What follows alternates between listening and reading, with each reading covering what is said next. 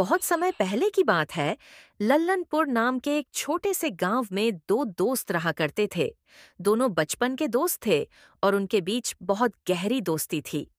दोनों दोस्तों में से एक का नाम हीरा और दूसरे का नाम रतन था। हीरा और रतन दोनों के पास गांव में अपनी अपनी जमीन थी, जिस पर किसानी करके उनके घर का खर्च चलता था। हीरा बहुत परिश्रमी और मेहनती था, जो हर दिन सूरज उगने से पहले अपने खेतों में काम करने पहुंच जाता था। वो अपने खेतों का काम पूरे निष्ठा और ईमानदारी से करता था। और वहीं दूसरी तरफ रतन बहुत आलसी प्रवृत्ति का व्यक्ति था। वो अपना ज्यादा समय आराम करने और गपशप करने में बिताता था। उसे अपने खेतों में काम करना बिल्कुल पसंद नहीं था। उसकी बस एक सोच थी कि बस कहीं से उसे खजाना मिल जाए तो वो ये किसानी का काम छोड़ देगा। एक दिन इसी तरह दोनों दोस्त अपने अपने खेत में काम कर रहे होते हैं। एक तरफ हीरा बिना रुके अपने खेतों की जुताई कर रहा होता है और वहीं दूसरी तरफ खेतों में थोड़ी देर जुताई करने के बाद रतन थक जाता है। चलो, अब बहुत मेहनत हो गई है। थोड़ी देर पेड़ के नीचे सुस्ता लेता हूँ, फिर कुछ देर बाद काम शुरू कर दूंगा। इतना बोलकर रतन एक पेड़ के छाया के नीचे जाकर सो जाता है। देखते देखते शाम हो जाती है तो हीरा उसे उठाने आ जाता है।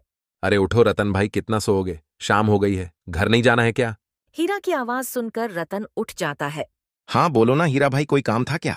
नहीं भाई, कोई काम नहीं था, परंतु लगता है तुम आज भी सुस्ताने के नाम पर सो गए थे और आज भी तुमने अपने खेत की जुताई का काम खत्म नहीं किया है। नहीं भाई, काम तो शुरू कर दिया था, पर थोड़ा थक गया था, इसलिए सुस्ताने यह आ गया था और पता ही नहीं चला कब सो गया। परंतु आज के लिए वैसे बहुत काम कर लिया है। बस एक दो दिन में पूरे खेत का काम हो जाएगा। और बताओ, तुम्हारे खेतों का क्या हाल है? मेरा भी समझो हो ही गया है, बस थोड़ी जगह का बाकी है, वो कल सुबह जल्दी आकर कर दूंगा और बस फिर एक बार वापस पूरे खेत में हाथ घुमा दूंगा। फिर परसों से बीजों की बुआई का काम शुरू कर दूंगा। अगर ऐसी बात है तो कल मैं भी सुबह जल्दी आकर खेत की जुताई का काम शुरू कर दूंगा, ताकि परसों से तुम्हारे साथ बीजों की बुआई कर सकूं। चलो फिर अभी घर चलते हैं, कल सुबह जल्दी आना है तो खाना वगैरह खाकर जल्दी सोना होगा। फिर क्या था, रतन बिना अपने खेतों में काम किए अपने घर के लिए हीरा के साथ निकल पड़ता है।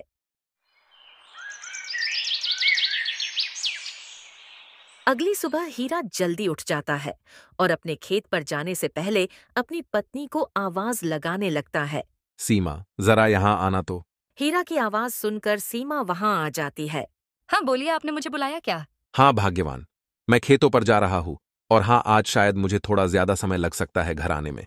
क्यों जी, खेतों की जुताई का अभी ज्यादा काम बचा है क्या? नहीं सीमा, खेतों की जुताई का काम लगभग हो ही गया है, पर आज एक बार अपने पूरे खेत में कुदाल का हल्का हाथ घुमाना है। पर वो काम तो आपका जल्दी हो जाएगा ना, फिर क्यों देर होगी आपको आज?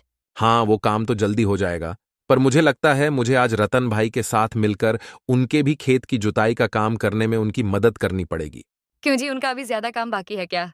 हाँ सीमा, तुम तो जानती हो ना रतन भाई को, उनका अभी आधे खेत का काम भी नहीं हुआ है और मैं कल से बीजों की बुआई का काम शुरू करने वाला हूं, तो मैं आज उनकी मदद कर दूंगा ताकि कल हम दोनों एक साथ में बीजों की बुआई कर सके। ठीक है, तो आप बस कुछ देर रुकिए, मैं आपके खाने का डिब्बा लेकर आती हूँ। ठीक है सीमा, पर थोड़ा जल्दी करना।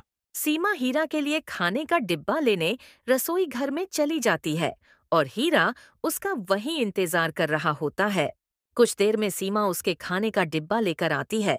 चलो सीमा, तो मैं चलता हूँ, तुम अपना और बच्चों का ध्यान रखना। फिर क्या था, हीरा अपने खाने का डिब्बा लेकर अपने खेत की तरफ चल पड़ता है। यहाँ हीरा अपने खेत पर काम करने सुबह जल्दी निकल जाता है और वहाँ दूसरी तरफ जिसके खेत का काम ज्यादा बचा है वो अभी तक सो रहा होता है। जब रतन अपने पलंग पर सो रहा होता है तभी उसे उठाने उसकी पत्नी मीरा आती है। अजी सुनते हो, खेत पर नहीं जाना है क्या? सूरज सर पर आ गया है, उठना नहीं है क्या? आपके खेतों का इतना सारा काम बचा है और आप अब तक सो रहे हो। मीरा की आवाज सुनकर रतन उठकर बैठ जाता है। अरे क्या हो गया भाग्यवान, इतना जल्दी क्यों उठा रही हो? क्या कहा आपने जल्दी? कुछ ही देर में दोपहर हो जाएगी। आज शायद आपको खेत पर नहीं जाना है। लगता है आपके खेतों की जुताई पूरी हो गई है, तभी इतने आराम से उठ रहे हो। खेत कहाँ भाग कर जाने वाले हैं, और काम की चिंता तुम क्यों कर रही हो? आज नहीं तो कल में हो ही जाएगा। सुनिए जी, आप अपना काम समय पर कर लीजिए, इतना आलस मत कीजिए, वरना एक दिन आपको बहुत पछताना पड़ेगा। अच्छा ठीक है बाबा, जाता हूँ खेत पर, पर एक काम करो, अब जब दोपहर होने ही वाला है तो तुम खाना लगा दो। मैं खाना खाकर ही जाता हूँ खेत पर अब। ठीक है, आप नहा धोकर रसोई घर में आ जाइए। फिर कुछ समय में रतन नहा धोकर रसोई घर में पहुंच जाता है। मीरा, आज खाने में क्या बनाया है तुमने? खाने में खाली दाल चावल बना है। क्यों, कोई सब्जी नहीं बनी क्या आज? नहीं जी, वो राशन में केवल दाल चावल ही बचे हैं और मेरे पास ज्यादा पैसे भी नहीं थे। अब तो आपके नए फसल के आने की देरी है, तो जरा जल्दी जल्दी खेतों का काम कीजिए। हाँ मीरा, मैं जितनी जल्दी हो सके खेतों का काम खत्म करता हूँ। पर तुम एक काम करो, हो सके तो थोड़ा दाल चावल एक डिब्बे में बांध कर दे देना। आज शायद ज्यादा काम करूं तो और भूख लग सकती है। ठीक है, मैं आपके लिए दाल चावल एक डिब्बे में बांध कर दे देती हूँ। रतन फिर आराम से खाना खाने लगता है। चलो मीरा, तो मैं चलता हूँ, तुम अपना ध्यान रखना। रतन दोपहर का खाना खाकर अपने खेत के लिए निकल पड़ता है। हीरा अपने खेत की जुताई में लगा होता है। तभी थोड़ी देर बाद रतन भी अपने खेत में पहुंचकर जुताई का काम शुरू कर देता है। कुछ देर बाद हीरा दोपहर का खाना खाने एक पेड़ के नीचे जाकर बैठता है। हीरा जैसे ही खाना खाने बैठता है तभी वहां एक साधु बाबा आते हैं। बेटा, कुछ खाने को हो तो खिला दो, बहुत भूख लगी है। बाबा, मेरे पास ज्यादा कुछ तो नहीं, बस रोटी और गुड़ है। अगर आपको मंजूर हो तो लीजिए, खा लीजिए। हाँ बेटा, मुझे तो चलेगा, पर अगर मैं तुम्हारा खाना खा लूंगा तो तुम क्या खाओगे? बाबा, आप मेरी चिंता मत कीजिए, मेरा क्या है, मैं तो घर पर जाकर खा लूंगा। रतन भी हीरा को साधु बाबा के साथ बात करते देख लेता है और उनसे मिलने चला आता है। नमस्ते बाबा, मेरे पास भी दाल चावल है, लीजिए थोड़ा खा लीजिए। बेटा, पर मैं अगर तुम दोनों का खाना खा लूंगा तो तुम दोनों क्या खाओगे? बाबा, आप खा लीजिए, हमारा क्या है, हम थोड़ी देर बाद घर पहुंचकर खा लेंगे। फिर साधु बाबा दोनों के डिब्बे में से खाना निकालकर खाने लगते हैं। तुम दोनों का बहुत धन्यवाद बच्चों, तुम दोनों की वजह से आज बहुत दिनों बाद मैंने भर पेट खाना खाया है। बाबा, इसमें क्या धन्यवाद करना, अगर हमारी वजह से आप खुश हुए तो ये तो हमारे लिए सौभाग्य की बात है। बेटा, मैं तुम दोनों को कुछ देना चाहता हूँ। साधु बाबा दोनों जान को एक एक पोटली देते हैं। पोटली देखकर हीरा बाबा से पूछता है। बाबा, इस पोटली में क्या है? बेटा, इस पोटली में बीज है और ये कोई मामूली बीज नहीं है, ये जादुई बीज है। इन बीजों से तुम जो चाहोगे वो उग जाएगा, पर इन जादुई बीजों का फल तुम्हें तभी मिलेगा जब तुम इनकी अच्छे से देखरेख करोगे। हाँ, और एक बात याद रखना, जो भी उगाना चाहते हो सोच समझकर उगाना, और इसका असली जादू तो तुम्हें तुम्हारी पहली फसल के बाद पता चलेगा। साधु बाबा की ये बात सुनकर रतन तो मन ही मन खुश होने लगता है। अब मजा आएगा, इन जादुई बीजों से मैं ऐसी चीजें उगाऊंगा जिनकी वजह से मुझे दोबारा किसानी करने की जरूरत ही नहीं पड़ेगी। जी बाबा, हम आपकी सारी बातों का ध्यान रखेंगे, और हाँ, इन जादुई बीजों के लिए आपका बहुत बहुत धन्यवाद। चलो बच्चों, तो मैं चलता हूँ। साधु बाबा वहां से चले जाते हैं और हीरा और रतन भी अपने अपने खेतों पर पहुंचकर जुताई का काम शुरू कर देते हैं। हीरा के खेतों की पूरी जोताई हो चुकी थी, तो वो अब रतन की मदद करने की सोचता है। चलो, मेरे खेतों की पूरी जोताई तो हो चुकी है, तो अब जाकर रतन भाई की मदद कर देता हूँ, ताकि हम कल दोनों मिलकर बीजों की बोआई कर सके। हीरा सीधा जाकर रतन के खेत में जुताई का काम करना शुरू कर देता है। देखते ही देखते दोनों पूरे खेत की जुताई कर देते हैं। हीरा भाई, तुम्हारा बहुत बहुत धन्यवाद, तुम्हारी वजह से मेरे भी खेत की जुताई हो गई। अब कल मैं इन जादुई बीजों की बोआई कर दूंगा। इसमें धन्यवाद कहने की कोई जरूरत नहीं है भाई, कल हम दोनों मिलकर अपने अपने खेतों में इन जादुई बीजों की बोआई करेंगे। हाँ भाई, कल तो बहुत मजा आने वाला है, पर भाई बाबा की बात याद है ना, हम जो चाहेंगे वो उगा सकते हैं। तो तुमने कुछ सोचा है या नहीं? नहीं भाई, मैंने ऐसा तो कुछ नहीं सोचा है, मुझे तो बस अच्छी फसल से मतलब है। हीरा की ये बात सुनकर रतन सोचने लगता है। भाई, तुम्हारा तो नहीं पता, पर मैंने तो सोच लिया है कि मुझे क्या चाहिए, और अगर मेरे खेतों में वो चीजें उग गईं तो मेरा तो जीवन सफल हो जाएगा। क्या हुआ रतन भाई, कहाँ खो गए? याद है ना बाबा ने क्या कहा था, अगर हम इन्हें प्यार और मेहनत से सींचेंगे तो ये हमें बहुत कुछ देंगे। मैं तो कल सुबह जल्दी आकर इन्हें अपने खेत में बोने वाला हूं। हीरा भाई, परंतु ये तो जादुई बीज है ना, तो हमें इतनी मेहनत करने की क्या जरूरत है? मुझे तो नहीं लगता कि एक बार इनको बोने के बाद हमें इनकी ज्यादा देखभाल करने की आवश्यकता है। रतन भाई, परंतु साधु बाबा ने साफ साफ कहा था कि प्यार और मेहनत के बिना कुछ नहीं मिलेगा। और अगर तुम भी चाहते हो कि ये तुम्हें अच्छा फल दे तो तुम्हें इनकी अच्छे से देख रेख करनी होगी। ठीक है भाई, मैं बीजों को बोने के बाद इनकी अच्छे से देख रेख करूंगा। चलो फिर घर चलते हैं और कल सुबह जल्दी आ जाना। आज की तरह सो मत जाना। फिर क्या था, दोनों वहां से अपने अपने घरों के लिए निकल पड़ते हैं।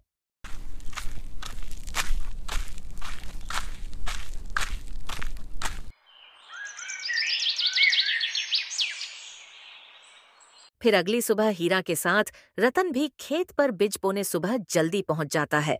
दोनों फटाफट से अपने अपने खेत में जादुई बीजों की बुआई कर देते हैं। चलो रतन भाई, बीजों की बुआई तो हो गई। अब बाबा के बातों का मान रखकर हमें अपने खेत का ध्यान रखना होगा। कल सबसे पहले हमें अपने अपने खेतों में पानी डालना होगा ताकि फसल अच्छी हो सके। तो आज की तरह कल भी सुबह जल्दी आ जाना। ठीक है भाई, कल मैं सुबह आकर अपने खेत में पानी डाल दूंगा।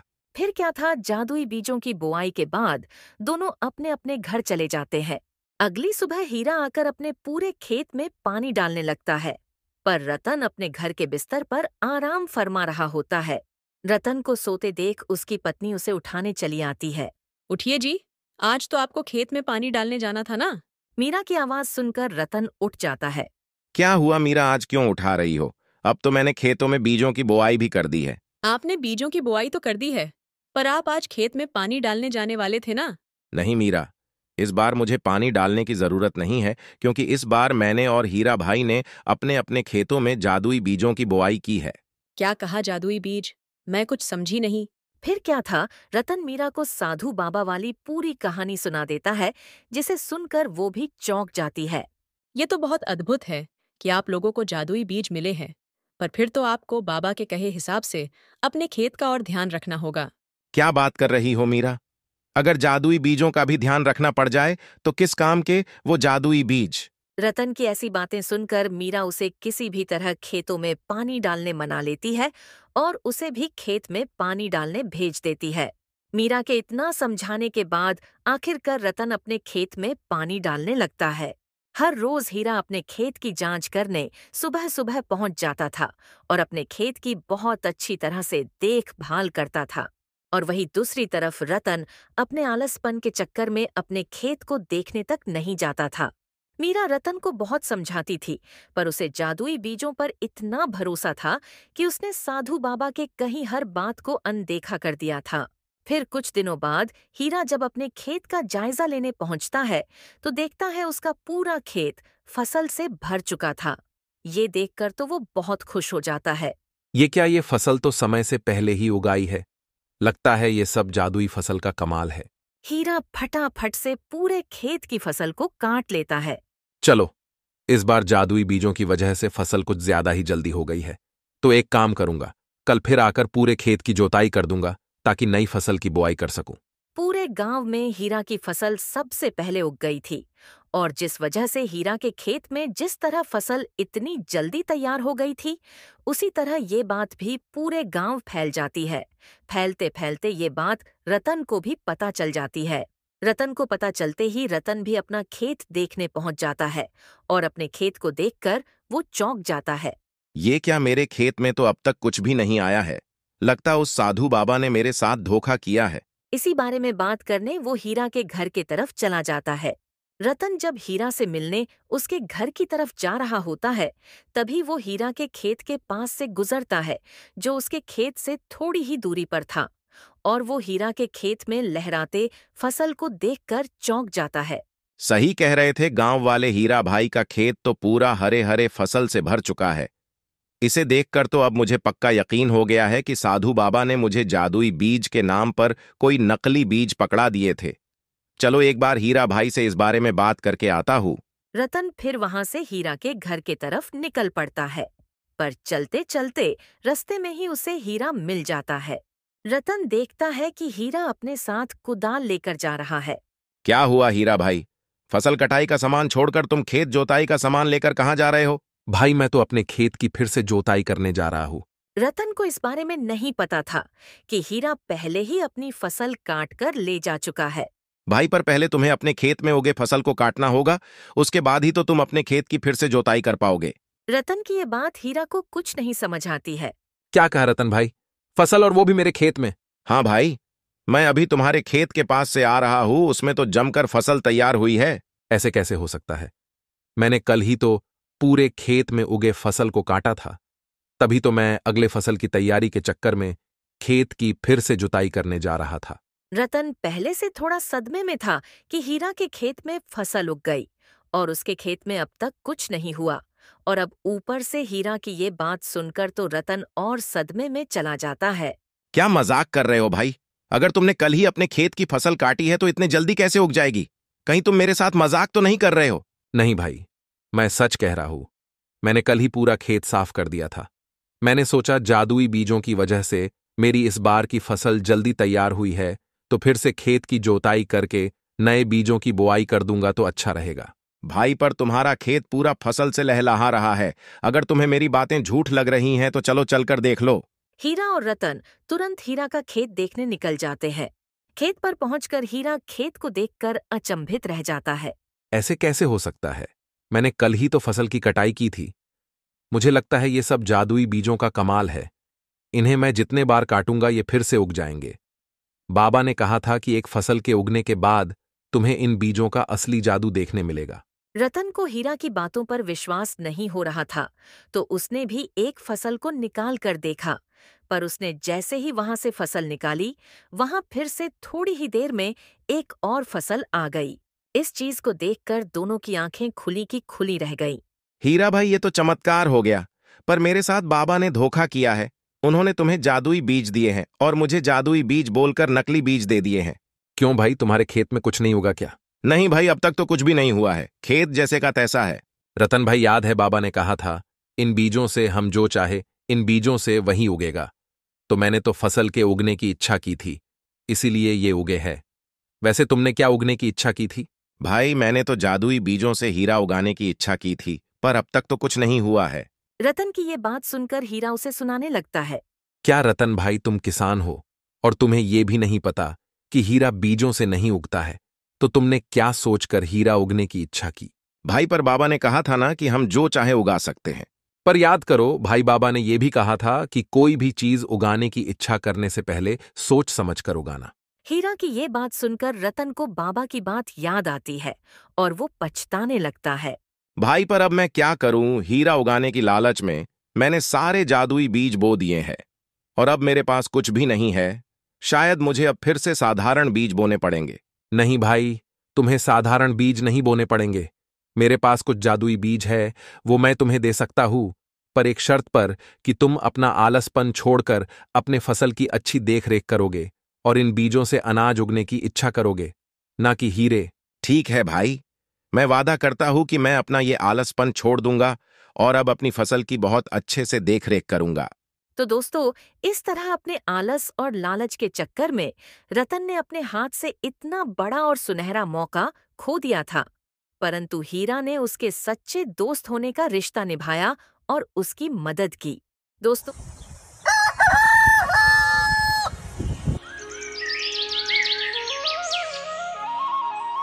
भारत के एक बड़े से राज्य में एक छोटा सा गांव था। इस गांव का नाम जीवन नगर था। जीवन नगर वैसे तो पहले बहुत खुशहाल गांव था।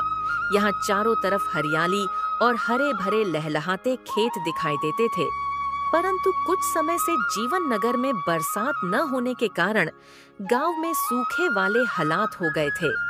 गांव में अचानक आए इस सूखे के कारण सभी गांव वाले परेशान हो गए थे। गांव में आए इस सूखे के कारण गांव के कुछ लोग मिलकर गांव के मुखिया के पास जाते हैं। मुखिया के घर के बाहर पहुंचकर सोनू मुखिया को जोर जोर से आवाज लगाता है। मुखिया जी, ओ मुखिया जी, घर पर हो क्या? हाँ, घर पर ही हूँ। बोलो क्या हुआ? अचानक पूरी मंडली लेकर यहाँ कैसे आना हुआ? अचानक? लगता है आपका गांव पर ध्यान नहीं है मुखिया जी। मैं कुछ समझा नहीं सोनू, जरा साफ साफ कहो, कहना क्या चाहते हो? मुखिया जी, हम गांव में आए सूखे को लेकर परेशान हैं। उसी सिलसिले में बात करने आपके पास आए हैं। हाँ मुखिया जी, बारिश न होने के कारण गांव का तालाब भी सूख गया है। हमें कुछ जल्द से जल्द करना होगा, वरना सूखे के कारण लोग गांव छोड़ने पर मजबूर हो जाएंगे। नहीं, डरो मत, मैं ऐसा नहीं होने दूंगा। मैं भी जानता हूं हमारे गांव में क्या हालत हो गई है सूखे के कारण, परंतु ऐसा सूखा कई सालों बाद अचानक हमारे गांव में आया है। इस सिलसिले में बात करने के लिए मैंने अपने गांव के सबसे बड़े पंडित को बुलाया है। देखते हैं पंडित जी क्या उपाय बताते हैं। मुखिया जी, पंडित जी कभी आने वाले हैं? पता नहीं सोनू, मैंने संदेशा तो भिजवा दिया है पंडित जी के पास, परंतु फिलहाल वो शायद गांव से बाहर गए हैं। आज शाम या कल सुबह तक आ जाएंगे। जैसे ही पंडित जी आते हैं मैं उनसे मुलाकात कर इस समस्या का हल निकालने की पूरी कोशिश करूंगा। ठीक है मुखिया जी, जैसे ही आपकी पंडित जी से मुलाकात हो जाए और सूखे की समस्या का कोई उपाय मिल जाए तो हमें भी जरूर बताइएगा। मुखिया जी, सूखे की समस्या का हल निकालने में अगर आपको हमारी जरूरत लगे तो हमें अवश्य याद कीजिएगा। ठीक है सोनू, जैसे मुझे कोई उपाय मिलता है मैं तुम लोगों को अवश्य बता दूंगा। मुखिया जी से बात कर सब लोग अपने अपने घर की ओर निकल पड़े। फिर अगली सुबह पंडित जी सुबह सुबह अपने शिष्य को लेकर मुखिया के घर पहुंच गए। मुखिया बेटा, ओ मुखिया बेटा, घर पर हो क्या? अरे पंडित जी, आप आ गए? हाँ मुखिया बेटा, सवेरे सवेरे ही दूसरे गांव से आया हूँ, परंतु जैसे ही गांव में आए संकट के बारे में पता चला तो फौरन तुम्हारे यहाँ चला आया। धन्यवाद पंडित जी, जो आप अपना कीमती समय निकाल कर आ गए। पंडित जी, चलिए घर के भीतर बैठकर बात करते हैं। मुखिया और पंडित जी मुखिया के घर के अंदर जाकर बातचीत चालू करते हैं। बोलो मुखिया बेटा, इस संकट के बारे में कुछ सोचा या नहीं? नहीं पंडित जी, मैं आपके भरोसे बैठा था कि आप आएंगे तो कुछ हल बताएंगे इस संकट का। एक उपाय तो मुझे नजर आ रहा है, परंतु ये कितना कारगर होगा ये देखना पड़ेगा। कौन सा उपाय? जल्दी बताइए पंडित जी। मुखिया बेटा, हमारे गांव के सिवान पर जो कुआं है, तुरंत किसी को भेजकर देखने बोलो कि उसमें पानी है या नहीं। मैं कुछ समझा नहीं पंडित जी, गांव के कुएं और गांव में आए सूखे का क्या लेना देना है? मुखिया बेटा, जब भी गांव के अंदर कोई भी संकट आता है वो जरूर हमारी कुछ गलतियों के कारण आता है। मुझे ऐसा लग रहा है कि गांव वालों ने सिवान के पास वाले कुएं से पानी लाना बंद कर दिया है, जिस कारण कुएं के पानी से हमारे गांव का जो पुराना रिश्ता है वो टूट सा गया है, जिस कारण वो कुआं या तो सूख गया होगा या तो उस कुएं के पानी से अजीब सी गंध आने लगी होगी। मुखिया बेटा, तुम तुरंत किसी को भेजकर पता लगवाओ। मुझे पक्का लग रहा है उस कुएं के सूखने के कारण ही हमारे गांव में यह पानी का संकट आया है।